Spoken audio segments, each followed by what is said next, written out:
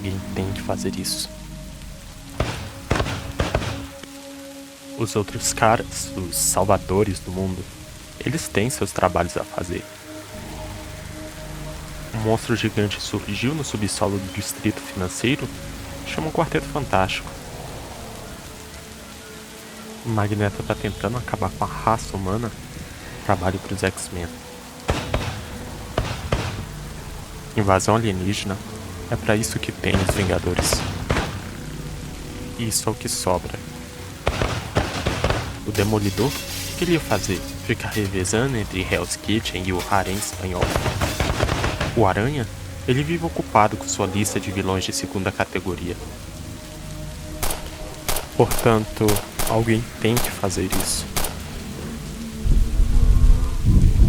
Alguém tem que ficar com a parte divertida.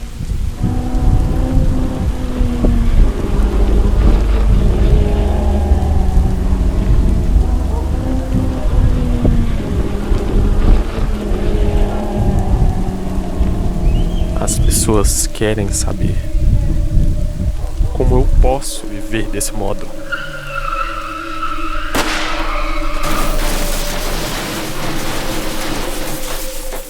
Os riscos do sangue que eu perdi. As vezes que eu cheguei até a loucura.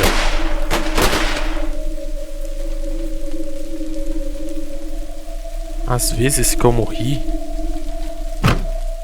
Diabos, como eu posso viver desse modo? Mas como eu poderia viver de outra maneira?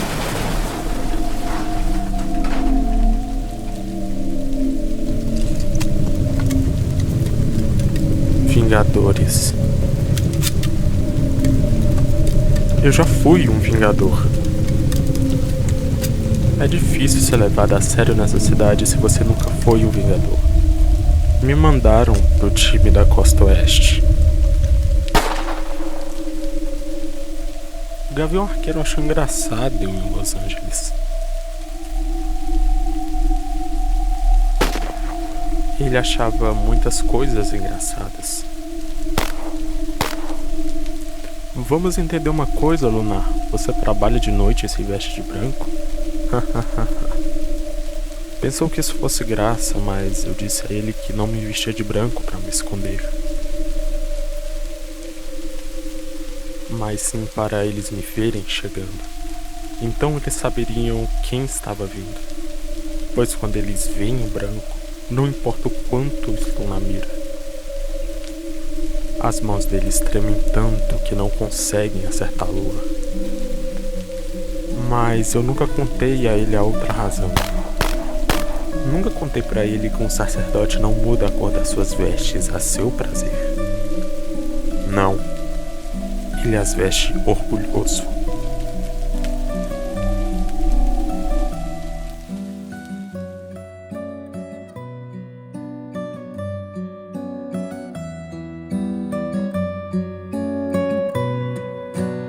Dim dim da da da dim dim da da da dim da di dam. Dim dim da da da dim dim da da da dim da di dam.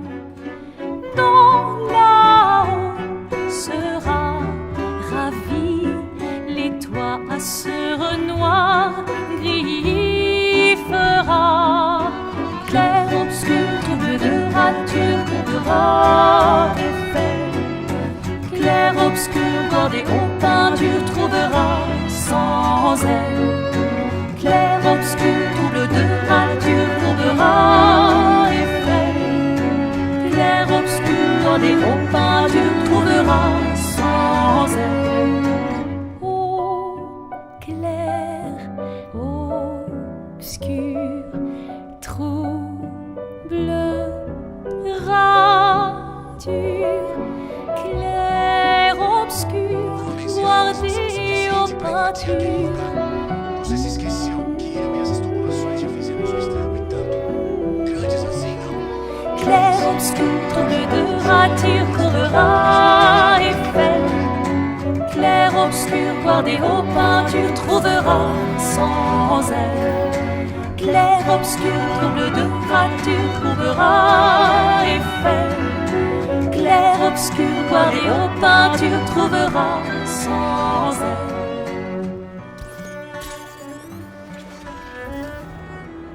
Venho diante a esse vídeo mostrar o meu apreço pelo que foi o personagem nas HQs e a minha revolta pelo que fizeram com ele na série.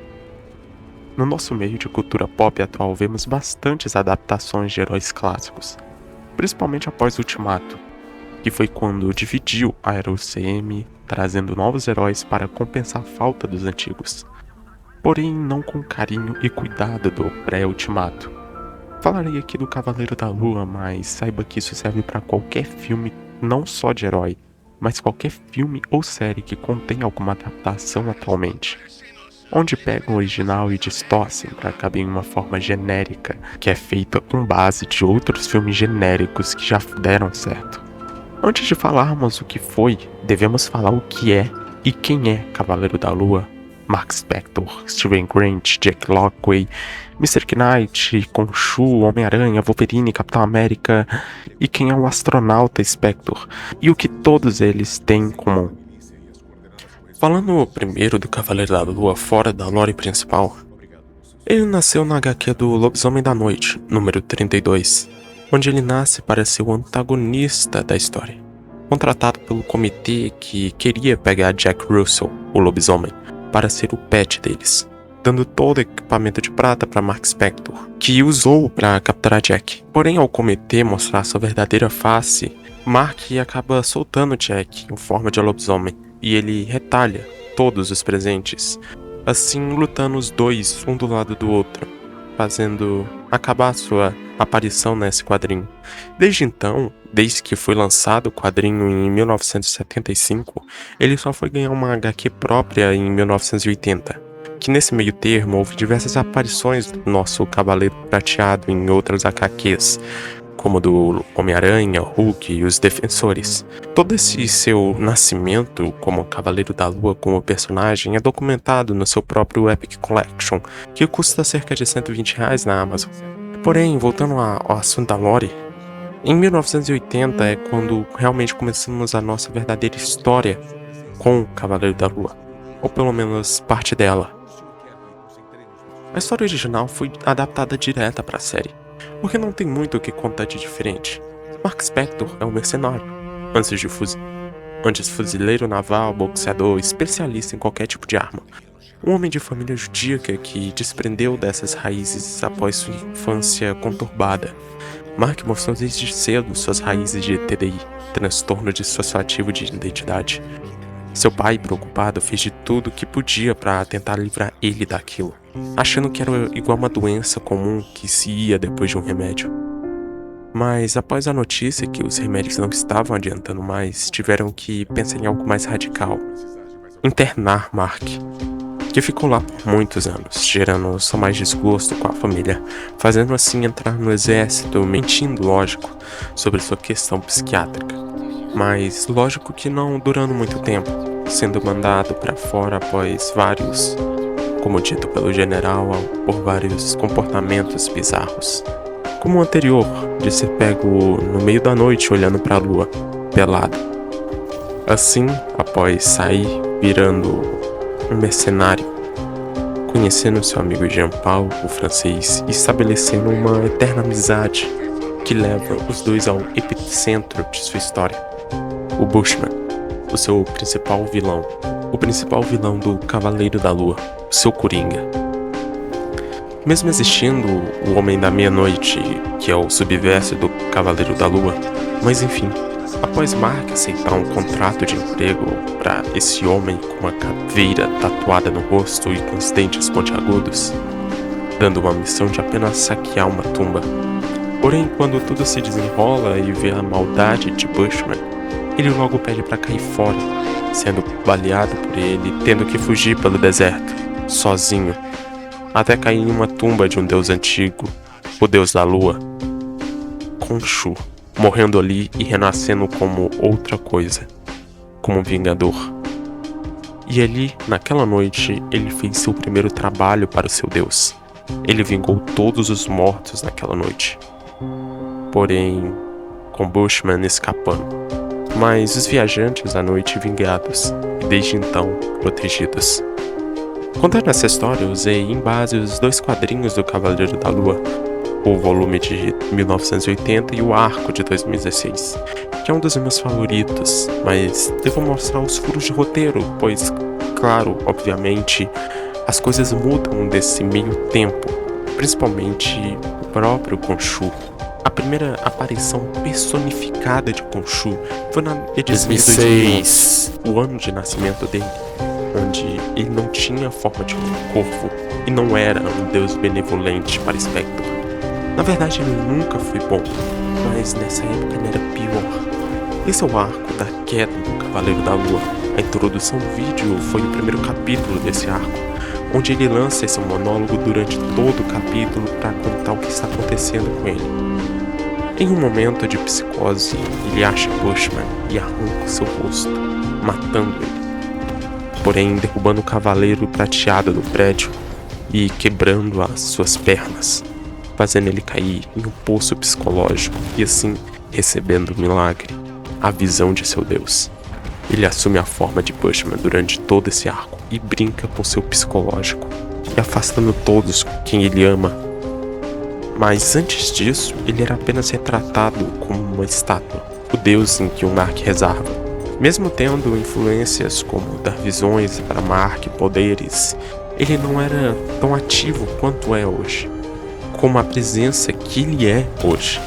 Para outros personagens, ele era apenas mais uma loucura de Mark, apenas algo da cabeça dele, antes de aparecer definitivamente para Mark e assim para o mundo. Ao decorrer do tempo, Khonshu sempre mudou seu jeito de ser, manipulando, ajudando, sendo bom para Mark e ao mesmo tempo sendo egoísta. Como o próprio volume de 2016, Khonshu fala que ele ressuscita Mark, então ele o pertence. No arco da Era de Khonshu, Mark é usado por ele para conseguir onipotência, usurpando o poder de todos os outros heróis. Mas, mesmo assim, Khonshu sempre esteve com Mark.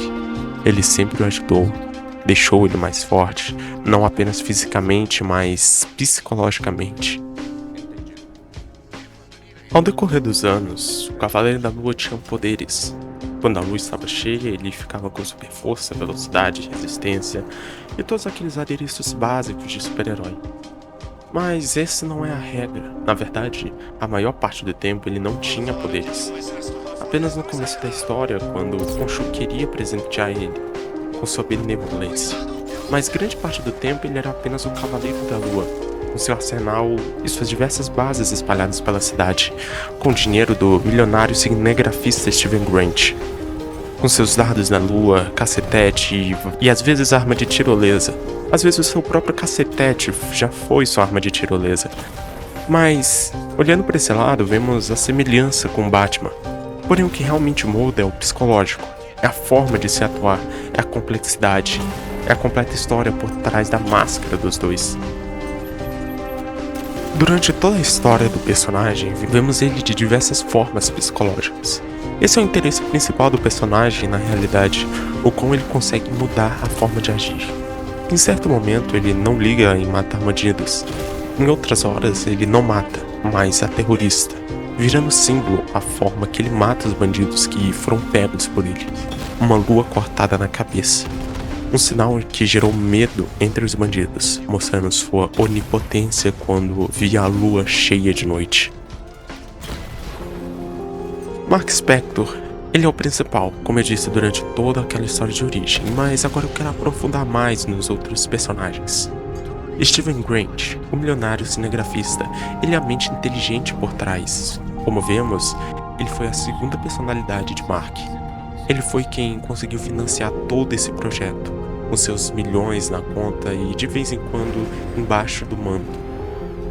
Enquanto Jake era o completo oposto. Ele era a parte mais sádica dos três. Em diversos momentos os vilões tinham medo quando sabiam que era o Jake embaixo da máscara, o taxista. Quando precisavam de informações, ele era o homem que caçava entre os drogados da rua. Com a ajuda de Jenna, a garçonete de uma cafeteria, que tinha seus 3 filhos que de vez em quando se metiam em problemas. Mas eram pessoas boas, ensinadas pela mãe. E temos o ajudante principal de Jake, o Crawler, Um sem-teto humilde, que podia não ter muito, mas era quase onisciente com todos os seus contatos na rua e sabedoria por sua idade. Em resumo, esses são os principais, tendo muito mais em outros arcos, como mesmo outros personagens virando alvos de sua mente conturbada, como o próprio Homem-Aranha, Wolverine, Capitão América e criando até personagens esquecidos pelo próprio Mark, como o astronauta que falei anteriormente. E particularmente é isso que me chama tanta atenção nesse personagem. Mesmo maluco assim, ele não passa de um ser humano. Ele ainda assim se fere e morre, e já morreu diversas vezes, mas cada morte sendo mais perto do seu fim, como contado nesse último volume que temos atualmente de Cavaleiro da Lua, que cada ressurreição, o avatar de Khonshu chega mais perto da loucura. Assim como Khonshu só foi criar uma forma em 2011, Mr. Knight foi nascer no ano de 2016. Por isso, esse é um dos meus arcos favoritos, o psicológico maluco se fragmentando para formar alguém novo, uma nova persona, e às vezes parecendo até alguém diferente. Mr. Knight não é apenas uma roupa, ele é um sentimento por trás, ele é a lógica do caos, ele é a outra peça do próprio cavaleiro. Esses alter egos não são apenas vestes que Jake guarda no porta-malas do táxi, ou o traje debaixo do smoking de Steven. São mais do que isso, são como complementos de sua própria personalidade amargurada, que apenas complementam o que mais destoa de suas personalidades. O ódio de Jake, a habilidade de Mark e a mente de Steven. Isso é o Cavaleiro da Lua. Ele é o medo que os vilões sentem ao ver o branco no céu, pois não sabem o que vai estar debaixo da máscara. Eles não sabem se irão apenas para o hospital ou para um caixão.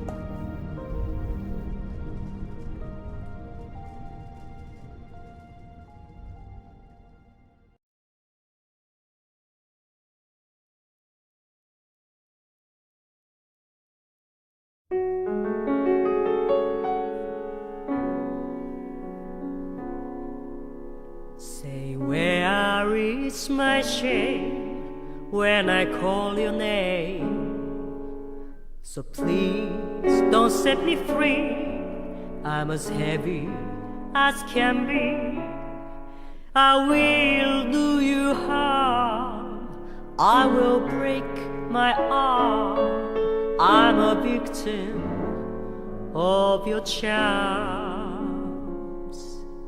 I want to be dead when I'm in bed. I can be so mean, you can beat me. I would like to shame you, I would like to blame you, just because of my love to you.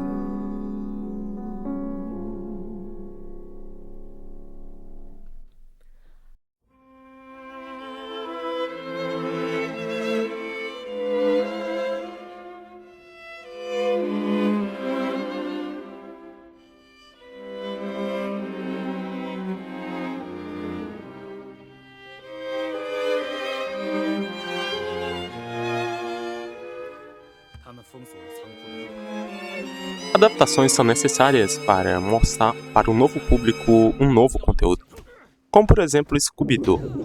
Durante toda sua existência, que começa em 1969, existe ao todo 14 versões do desenho, alguns sendo formas diferentes de contar a mesma história, como o Pequeno Scooby-Doo e o desenho do Scooby-Doo e Scooby-Loo. Porém, todas as versões eram isso, uma maneira diferente de adaptar a mesma forma, 4 garotos e um cachorro, sempre pensando no público atual, e é isso a definição de adaptação. Sempre quando uma obra busca adaptar algo já existente, como Scooby-Doo, ou adaptar algo que ainda não existe para o audiovisual, como Madame Teia, eles buscam criar uma história nova, algo que faça o telespectador entrar naquele mundo, mesmo sem nunca ter consumido nada sobre aquele universo. Como eu tinha dito, Madame Teia tentou fazer isso, trazendo uma personagem consolidada nas HQs do Homem-Aranha, mas adaptando sem o motivo dela existir. E foi um dos grandes erros daquele filme asqueroso.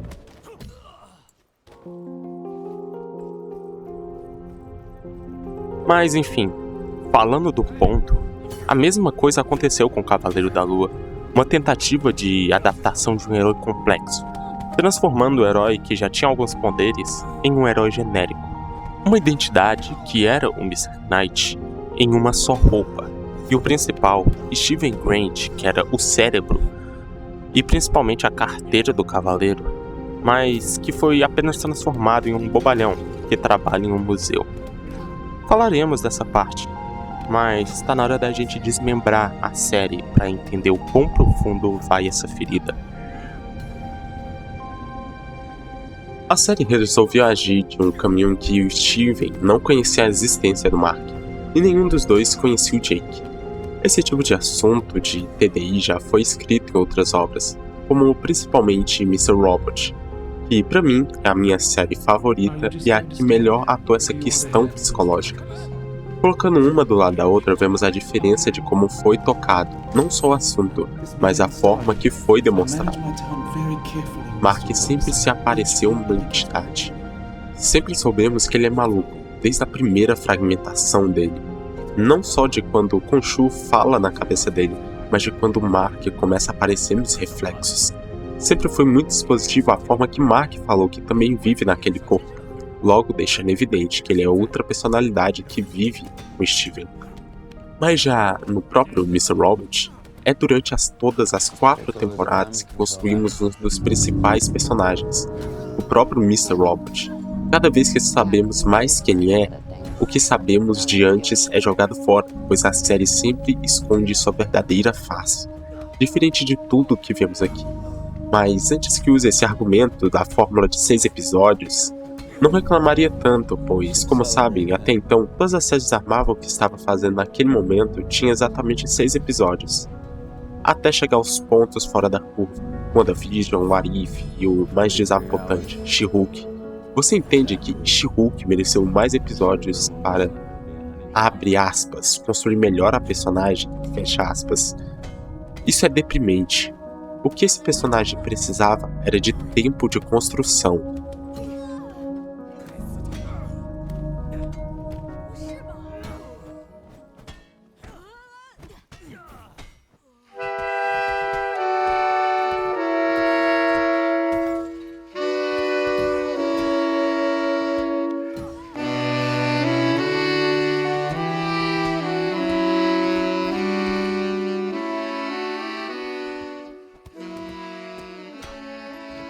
Steven sempre quis se manter acordado de noite, pois ele sabe que, se ele dormir, o sonambulismo dele ataca, e ele sai andando e fazendo coisas estranhas à noite, como se não fosse ele controlando o próprio corpo.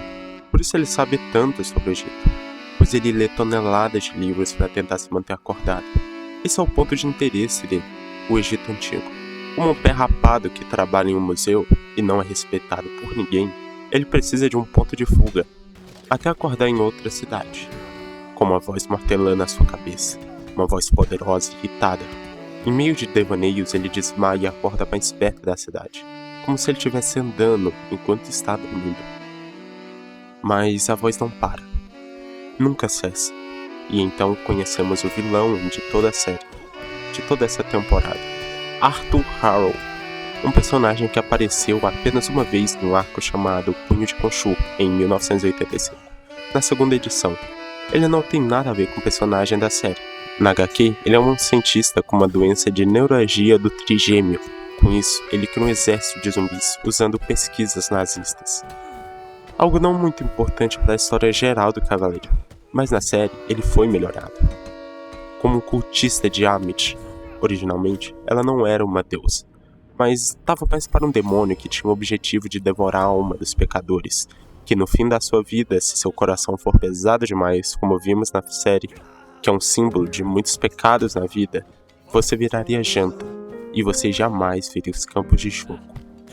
Mas na série, ela está mais como uma deidade de justiça. O Arthur consegue ver toda a sua vida, e se houver pecado, você morre imediatamente, sem mesmo ter feito. E uma das coisas que eu tenho para elogiar é o ator, Ethan Hawke, que fez o personagem realmente parecer um líder cultista, fazendo uma autoflagelação para a deusa do culto de Arthur. E algo interessante é que Ethan se baseou realmente em um cultista real para formar seu personagem, o David Koresh, o líder cultista do ramo davidiano. Mas voltando para o assunto da série, após Arthur matar uma pecadora mostrando seu poder, mostrando para que ele veio para a série, ele nota a presença de Spectre e recorda dele, o homem que roubou o escaravelho, que, revelado depois, leva para a tumba da própria Amit. E o objetivo final do Arthur é qual? O mais genérico possível: ressuscitar sua deusa para que ela julgue a alma de todos no mundo e só sobra as pessoas boas. Mas Steven faz o óbvio. Ele corre. Em meio de vaneios, ele aparece matando todo mundo. Até uma hora acordar na sua própria casa e rir, pensando que foi apenas um sonho. Até reparar que seu peixe dourado está diferente desde a última vez que ele alimentou. Que ele tinha uma nadadeira maior do que a outra e indo questionar no pet shop, apenas para ganhar a informação que ele já foi lá antes. Por ter a parte do encontro que ele teve, que realmente eu não ligo, só serve para ressaltar a solidão de Steven Grant, sem amigos, sem namorada, que a única pessoa que ele considera um amigo é um artista de rua, que além da solidão, ressalta também que nada que ele sonhou foi realmente um sonho. E para terminar de ter certeza, ele vê Arthur quando chega ao trabalho, e lá dentro é confrontado e revelado que o culto dele está em todo lugar, até mesmo em seu próprio museu. Arthur deixa Steven em paz. Até na hora da saída, Arthur consegue conjugar um chacal enorme que caça e corre atrás de Steven. E ele se isola no banheiro. Mark fala com ele e pede para assumir o controle do corpo, até Steven finalmente ceder. E assim finalizando o primeiro episódio com a transformação do Steven, Mark no caso, no Cavaleiro da Lua, e mostrando esse uniforme horroroso.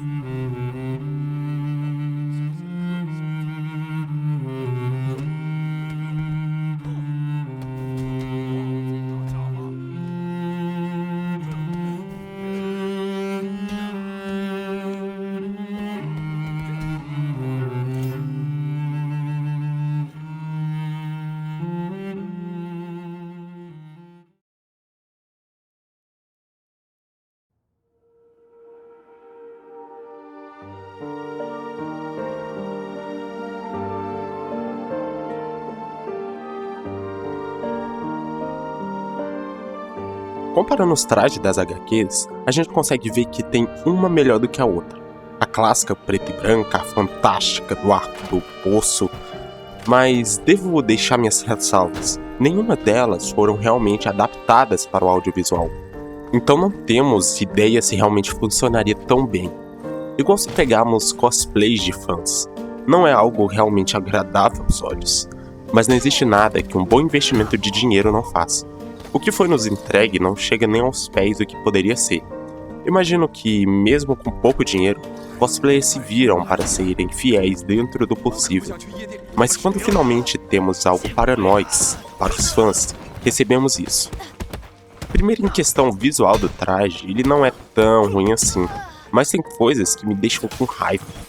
Primeiro, a máscara em si. Sinto uma estranheza olhando para ela. Parece a merda de uma tartaruga ninja. Não é grudada no rosto, não é uma armadura. É igual um retalho em algumas versões. E de resto, só sinto que é um uniforme muito genérico. Imagino a linha de raciocínio de quem criou isso. Ai, vamos criar uma série de herói. Nossa, o que sabemos sobre ele? Ele tem a ver com o Egito e usa dardos de formas de lua crescente. Ah, não diga mais nada. De resto, tenho umas reclamações técnicas a fazer. Exatamente escolhas duvidosas de personalidade e de modo de agir, como principalmente o elefante na sala. A questão dele não ser um humano normal, ou pelo menos um meta-humano, que é isso que ele chegava a ser quando Khonshu abençoava ele. Aqui temos Cavaleiro da Lua como qualquer outro herói genérico. Seu uniforme é ninguém, e com o uniforme ele vira um ser imortal, que ele é atravessado por lanças e fica totalmente tranquilo. Eu quase morri quando revi isso depois de ler as HQs. Transformar ele em apenas um herói qualquer tira todo o interesse que você poderia ter para entregar ao público. Em questão de um pensamento, ele tem a transformação em Cavaleiro da Lua, como se fosse a porra de um Thor, que conjura o raio e aparece com o uniforme. Ou até mesmo o uniforme de nanotecnologia do Stark, que você apenas absorve, tirando toda aquela coisa foda que o traje do Stark tinha quando vinha voando até. Mas esses eu até consigo entender. O que eu não entendo é a forma genérica que resolveram retratar esse herói, como mais um qualquer, tirando todo o peso que ele tinha em ser um homem de fé, que mesmo sem poderes, ele fazia o que seu Deus queria. Enfim, do Mr. Knight não tenho muito o que falar. Ele é um homem de terno branco com máscara. Não teve muitas mudanças desde que ele surgiu nas X. Pelo menos esse é mais difícil de estragar. Esse traje até que eu gostei. A máscara com a costura e o terno bonito. Depois dessa conversa sobre o traje que tivemos, devo aprofundar mais sobre os poderes que ele realmente tem na série. Como eu já disse, quando ele está vestido, ele fica imortal. Leva tiro à vontade, nada acontece. Ele até serve de escudo humano para Marlene, que chegaremos no assunto dela daqui a pouco. Ele atira dardos, que não são muito bem o que você está pensando, os dardos de lua, mas nem sei explicar direito o que acontece. São espinhos, ou são muitos dardos de lua, que ele usa só uma vez essa habilidade na série. Mas, independente, isso é uma habilidade que vem dos superpoderes. Igual ele também tem super velocidade, super força, o básico, poderes que ele realmente usa poucas vezes na série. Temos cenas de luta que podemos contar nos dedos.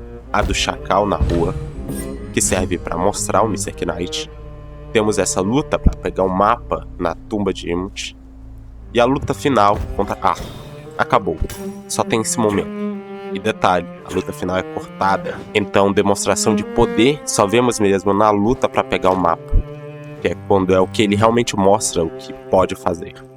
Mas já a Marlene, a gente consegue ver que tem a síndrome de... podemos ver que tem a síndrome da Mary Jane. Podemos fazer essa simulação com os dois casos. De um lado temos Mary Jane, que foi apresentada no filme do Homem-Aranha, e do outro temos a real personalidade que ela tinha nas HQs. Mary Jane nunca foi aquela asquerosa que largava o Peter enquanto ele estava pensando no casamento dos dois. Não é aquela que larga o Peter e depois vai atrás de consolo com Harry. Mary Jane é o suporte do Peter Parker.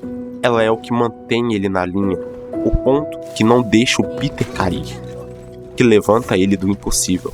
E é exatamente isso que podemos ver na série do Cavaleiro da Lua, como qualquer outra adaptação de uma personagem que era para ser uma companheira do protagonista, mas acaba ganhando destaque a ponto de virar a porra do avatar da hipopótama que tem um nome difícil.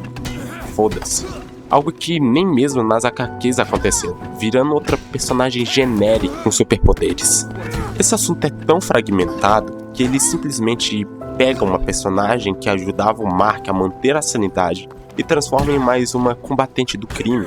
A série não conseguiu nem construir o próprio Cavaleiro direito como um personagem, mas imagine transformar uma personagem consagrada na HQ em uma nova personagem, ao menos existiu nas HQs. A série tenta fazer igual fez com Invasão Secreta, dando um incrível girl power e criando personagens que ninguém ao menos pediu, apenas para ajudar o protagonista, pois, pelo que parece, ele é incapaz de lutar contra os próprios vilões. Isso adaptar é deixar ele fraco, dar voz a pessoas que não tem nada a ver com a história. É isso que recebemos. Se fosse para mudar essa personalidade de superior que a personagem tem, teria que reescrever a história inteira da série. Eu quero muito ver como vão dar palco para ela no futuro e como vão dar palco igualmente para Jihad, aquela personagem detestável da Invasão Secreta.